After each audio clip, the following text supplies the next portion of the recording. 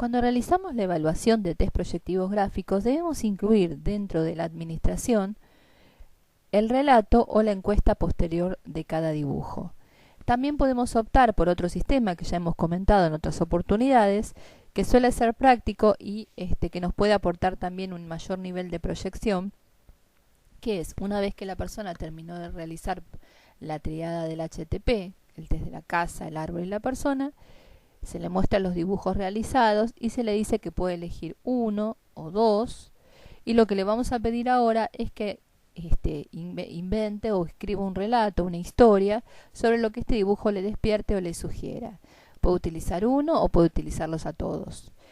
Una vez que el evaluado nos da la opción, esto también es obviamente para niños y como para adultos, entonces retiramos los otros o el otro dibujo que haya quedado y dejamos a la vista ese material.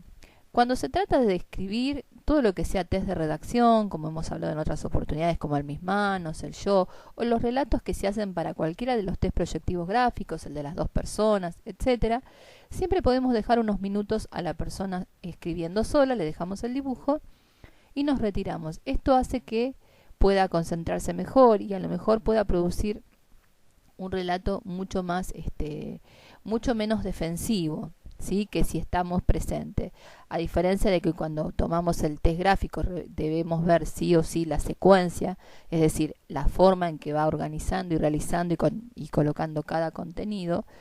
En el caso del relato o de la escritura no se necesita la presencia de la otra persona que va a observar el proceso de escribir. Esto puede hacer entonces que, como decíamos recién, el relato sea más proyectivo, más genuino, que exteriorice más los sentimientos y los pensamientos de la persona evaluada. Otra cuestión con respecto al tema del relato, entonces, es articular la característica gráfica que nos aporta qué indicadores de la personalidad nos aporta las distintas formas de tratamiento gráfico que le ha dado el objeto, con lo que dice de él en el relato. Por ejemplo, en el caso de un árbol, si dijera que es un árbol frutal, muy frondoso, y uno viera un pino o un árbol muy ralo, sin muchas hojas o sin ramas, obviamente habría una disonancia, un desacuerdo entre el discurso gráfico y el discurso escrito. Sabemos que todo lo que tenga que ver con la palabra y con lo que tenga que ver con el discurso escrito tiene que ver más con el proceso secundario, es decir, con donde está actuando más el pensamiento, la logicidad del pensamiento, el criterio de realidad. En cambio, cuando estamos trabajando en el nivel de los gráficos, siempre estamos trabajando con aspectos más primarios, primitivos y más ligados a lo emocional y a los impulsos del sujeto. Por eso no se deben mezclar y debemos tomar primero los test proyectivos y luego finalmente los verbales. Por ejemplo, el cuestionario desiderativo, y a veces en el caso de los niños sumamos para tener una batería más profunda el CAT.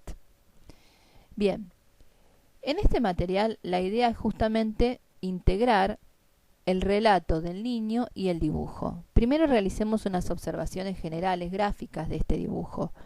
Podemos ver que el techo tiene como una especie de hundimiento en su parte superior. Pese a que es un niño de 9 años, el dibujo tiene ciertas características de escueto, tiene los detalles básicos, pero, por ejemplo, tiene falta de piso. En realidad está usando la parte inferior de la hoja como base, pero no la dibujó. Muchas veces usan también la parte inferior de la hoja como base, pero aparece la línea demarcada de suelo. Esto ya nos está dando cuenta que hay un sentimiento profundo de inestabilidad. Y si bien hasta los 10 años el uso del cuadrante inferior es característico de lo evolutivo, no lo es que sea el inferior derecho. El inferior derecho siempre está asociado más, recuérdense que la parte derecha es más la acción, por lo tanto, si toda la zona inferior tiene que ver con lo instintual, con los impulsos, con la motricidad, al estar en la derecha, esos impulsos están mucho más activos, por lo tanto, latentemente está incluyendo un grado potencial de agresividad. También es significativa la forma de hacer la chimenea, que es grande, pero es más alta que ancha, por lo tanto, al ser alta y perder anchura, pierde exteriorización y expansión. La falta de humo implica que hay un bloqueo emocional y que obviamente las emociones y los sentimientos del niño no pueden exteriorizarse con facilidad. También es significativo que, pese a que el dibujo está de la derecha, faltan detalles a la derecha. Todos los detalles quedan del lado izquierdo. Las ventanas, la puerta, la parte derecha no tiene ningún tipo de detalles, más que nada, más que solamente la chimenea. Esto da cuenta de que hay unas dificultades importantes en cuanto a la comunicación y la accesibilidad del niño en relación al medio. Las ventanas altas, salvo a veces en chicos con dificultades asmáticas, suelen asociarse a introversión, aislamiento social. Ahora bien, vemos que es un dibujo con cierto vacío, por lo tanto nos está hablando de cierta situación de soledad o de tristeza. El hecho también de que las ventanas estén altas, como dijimos, habla de cierta falta de apertura hacia el contacto interpersonal. Sin embargo, pese a que no es una casa alegre, el título, porque no puede hacer relato, es uno de los pocos dibujos que no hace relato, le puso Casa de la Alegría. En este caso vemos que es más una defensa maníaca o una necesidad de proyectar una fantasía, digamos, de mejoramiento de sus sentimientos de soledad internos.